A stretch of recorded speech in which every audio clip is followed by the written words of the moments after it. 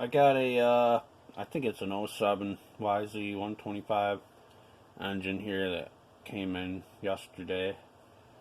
Um, had a broken shift stop wheel and said it was whining, so crank bearings were really pretty wore out and bad. They were China ones, I guess, Taiwan, but I had some Mokoyos, some OEM seals I put in it, so just putting it back together, cleaned it up. It was really dirty inside the tranny. Like they hadn't changed the oil in a while, but got new bearings in, seals. I like putting my seals in first, so gonna just go through my process. I always make sure I put all my pins in the right side. I always load the right sides.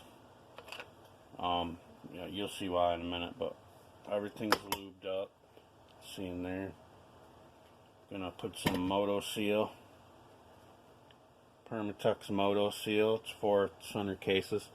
It's kind of, I used to use Yamabond for years, but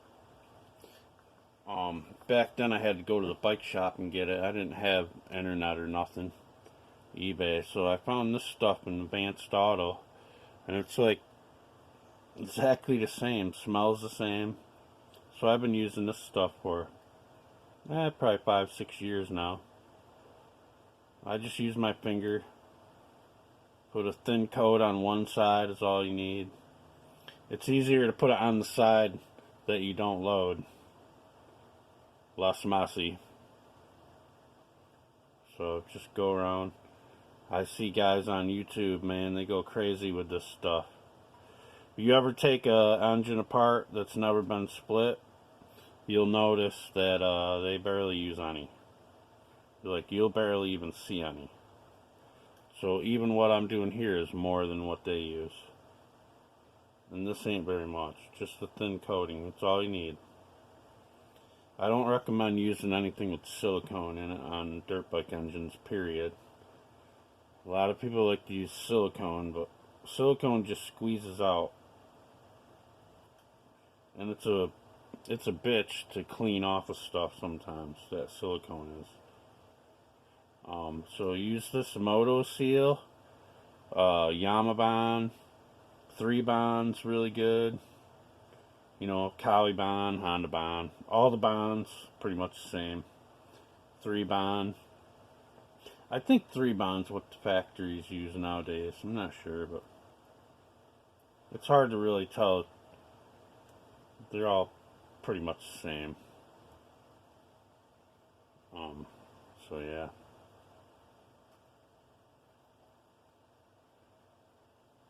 Just put a nice thin coat.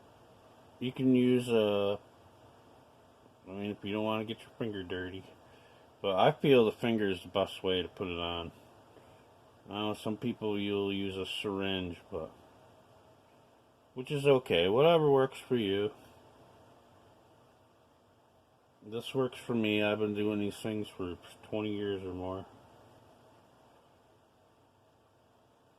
I have been doing engines, I just haven't been posting them. I almost got 100 subscribers. I think it was 95 last time. Pretty surprised about that. I never thought I would even get that many, but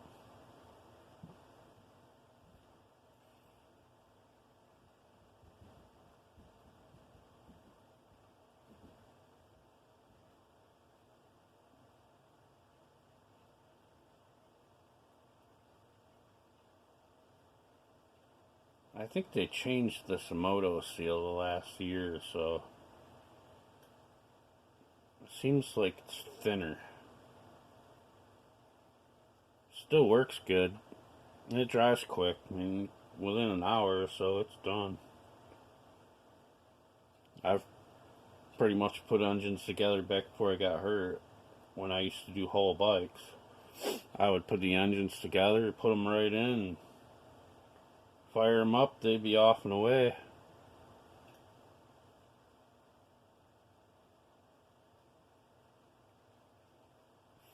Alright, almost got it here. I know this is boring to watch, but It's an important part, if you ask me.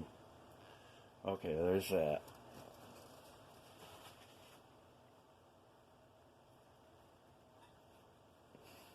Put that over there.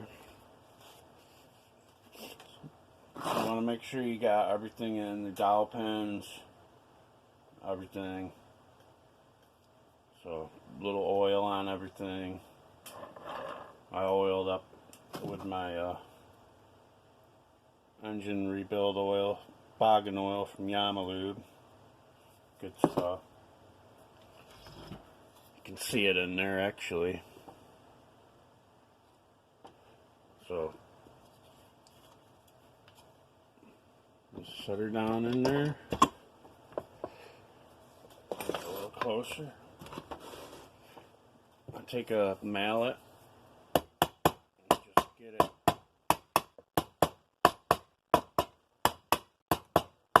about there. I'll take my case bolts.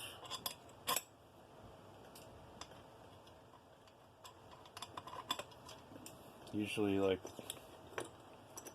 3 of them in there.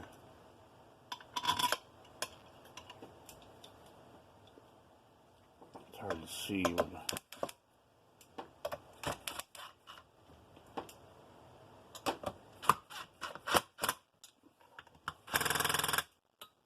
alright, there's 3.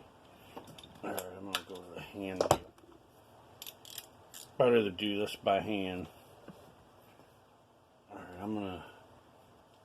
Can't really see. I'm gonna tip it this way a little bit. Hopefully you guys can see a little bit. Yeah, it's probably better like that. Anyway,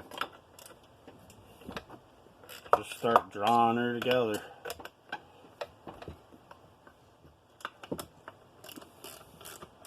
Try to keep an even gap all the way around. You don't have to worry about the tranny. The tranny will just go together. Nothing really holds that. I mean, unless something's binding up. But you'll hear cracking and snap, crackle, and popping, but that's normal. It's going together nicely. I remember the first time did it this way. My old racing mentor, this is how he did it. We didn't have proper tools, so I was like, wow, what's that? And I went to school for this when I was in high school, but we didn't do it like this. This is faster if you ask me. Still be setting the tools up. Basically does the same thing.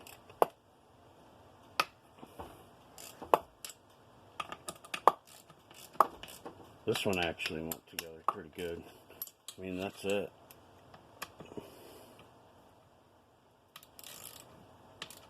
Okay. Get these blocks out of here. See what's going on. Put the rest of the bolts in.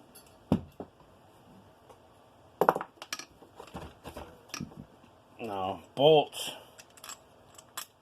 you can kind of tell where they go. I mean, if they stick up like a ½ an inch or so, that's where they go. Whoops.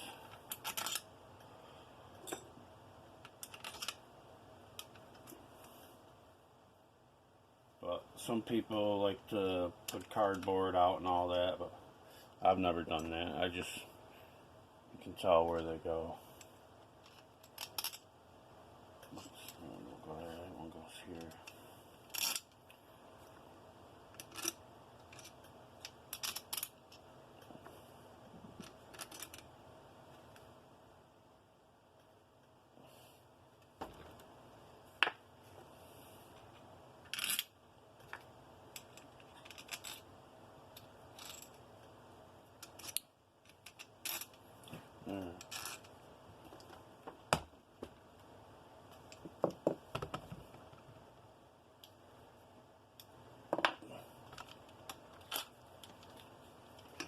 So yeah, just this little impact is pretty sweet. It's a 3/8 DeWalt, but it has a low, so it'll only torque them, actually, I don't know, maybe 8 pounds.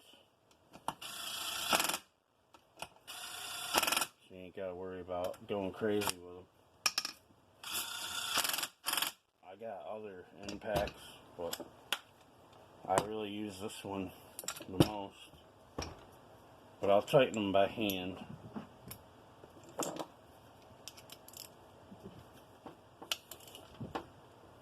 Just go around.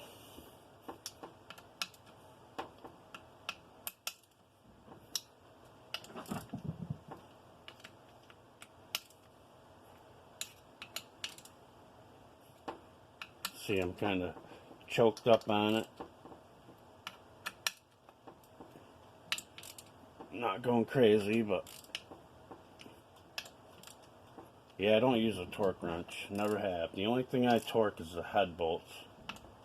Just this is how I learned. I didn't learn to do things with a torque wrench. But if you don't know, it's probably good to use one. I stripped and broke a lot of bolts in my younger days. That's for sure. Alright, that's it. Those are all tight. So now what you gotta do, you can see the stuff squeezed up. Not much, but when this dries, or you can do it now with a towel, and then wipe it all off. It looks better, but when it dries, take a little knife, scrape it all off. I always do that because it looks a lot better.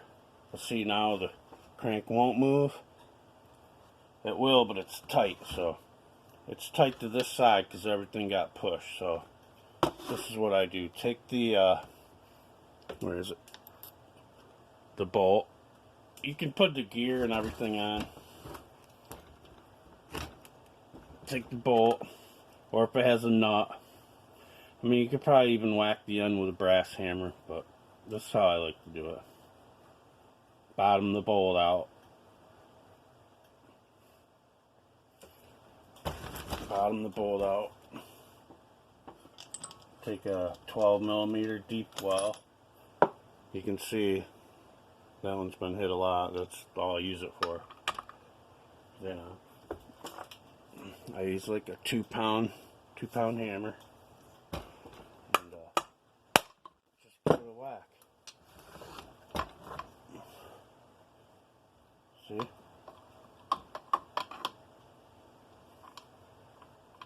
Spins freely now. I'll eyeball it. I'm going to give it one more whack. Get her over a little bit more. And just, you can measure them if you want, but I just eyeball. That's perfect. So yeah, that's it.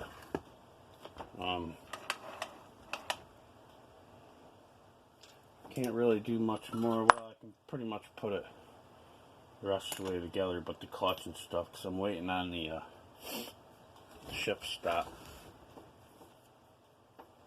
I haven't really seen that happen on a lot of 125s, but a lot of 250s have that problem. So that was a shifting problem.